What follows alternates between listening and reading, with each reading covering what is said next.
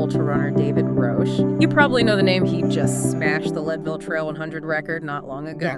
And now he's got his sights set on, well, an even bigger goal, winning the Western States 100. So we want to cut through the noise. What can we actually learn from him? Things that might help, anyone facing their own endurance test, physical or mental. And it's interesting timing, too, because his current focus, this big push, it came right after something pretty major happened. Right, that bike accident. Exactly. April 2024, a near-fatal crash. He said it was a real inflection point, a sort of, well, he called it a fuck it moment, like a sudden, really visceral grasp of how fragile life is. And that seems to have just poured fuel on the fire for these huge goals, mixing that dedication with joy and a very specific way of doing things. Exactly. And that way of doing things, his methodology, we're aiming for less vague inspiration, more.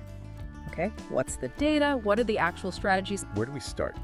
Maybe with the foundation, his why. Because his motivation, it comes from a pretty stark place, doesn't it? It does. He's very direct about it. He basically says everything starts with death and impermanence. That's the lens. It's quite a statement, especially coming from someone who seems so positive, right? It is. But that accident, that near miss, seems like it took it from being just a philosophy, an idea, to something very real, something driving him. It wasn't abstract anymore. It pushed him to really commit. Makes you think, doesn't it? For anyone listening, what are the deep truths, maybe even the uncomfortable ones, driving your big goals? What makes them feel urgent? So, okay, building on that powerful why, let's get into the how. David's training approach. Outside called it a MacGyver approach, which I thought was pretty apt. MacGyver. Resourceful, experimental. It's not just about pounding out miles, is it? Not at all. It's this interesting blend. Running, yes, but a lot of cycling too. Plus very specific speed work intervals. And it seems to work, right? I mean, his coaching program, Swaps and Work, All Play, gets great results with top athletes, so there's clearly a method behind it. Oh, for sure.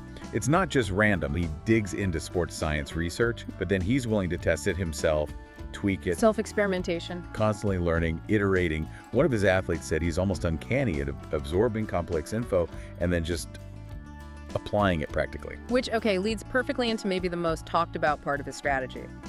The fueling. Well, yes. The carbs. The carbs.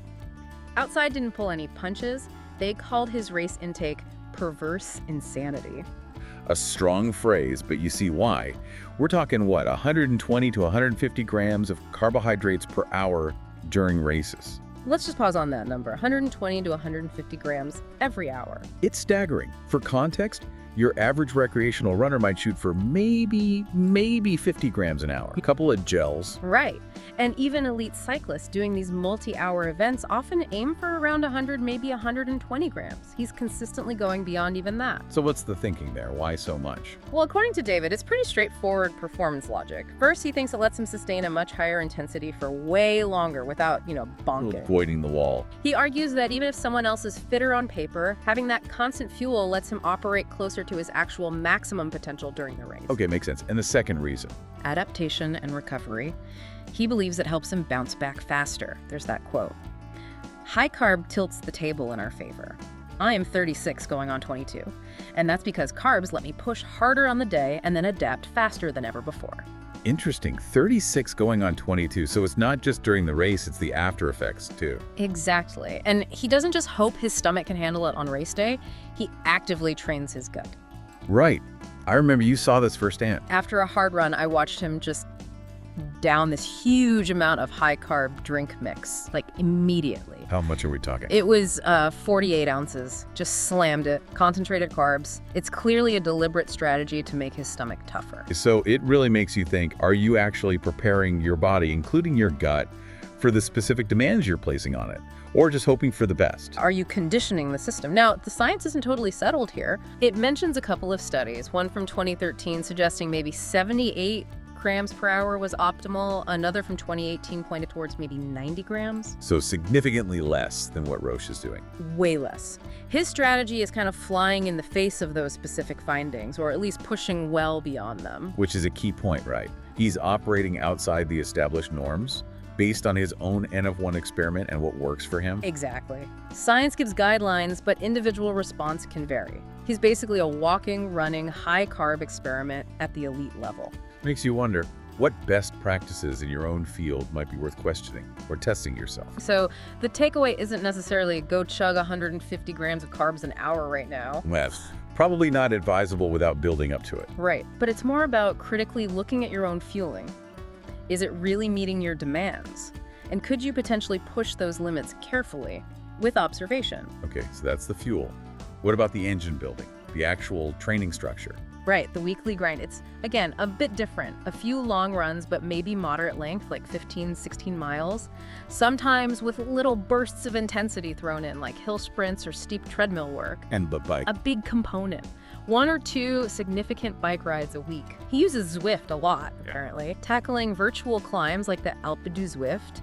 It's not just recovery spinning, it's serious endurance work. The cross-training is key. Seems to be. And then you have the really hard running days, the big days. Okay, like what? Like those 20 milers at sub 6-minute mile pace. Wow. Or mile repeats hitting 4.30 pace. These are the sessions that really push the top end, the speed, endurance, specificity, right? Training at or faster than race pace. Definitely. But what's interesting, and the article points this out, is his overall running mileage isn't actually that astronomical for an elite ultrarunner. What was the range? 55 to 80 miles a week? Something like that, which is a lot, obviously, but you hear about other top guys consistently doing 100+ miles, sometimes way more. So the bike must be filling a big cardiovascular gap, maybe reducing some of the pounding stress. That seems to be the logic. Optimizing training isn't always just more running, it's finding the right mix. Okay, so we've covered the why, the fueling, the training structure. But there's another piece, isn't there? The mental side. Ah, yes. The unspoken third aspect. He talks about deprogramming, right? Getting rid of negative self-talk. Exactly, and really focusing on cultivating joy and playfulness in the process. It's not just fluff. Play is the ultimate act of love. It does. It suggests that finding genuine enjoyment, that intrinsic motivation, is what fuels the really hard effort and builds resilience when things get tough, which they inevitably do in ultras. Makes you think, how can you bring more of that sense of play, that intrinsic reward into whatever challenging thing you're doing? And his background kind of fits too. He played football but then moved to trail running, which felt more him, more authentic. That joy seems like a real constant. It's not something he just tacked on recently. And speaking of constants and support, we absolutely have to talk about his wife, Megan. She's not just on the sidelines. She's a partner, a coach, his crew chief, deeply involved. David calls her the toughest person in the world. Yeah, and describes their relationship as love mixed with being a tough motherfucker. Laughs? Laughs. It paints a picture, doesn't it, of shared intensity and commitment. It really shows the power of having that right support system. Totally. Who are those people in your life who give you both the support and that tough challenge when you need it? And their shared passion seems to create this positive feedback loop.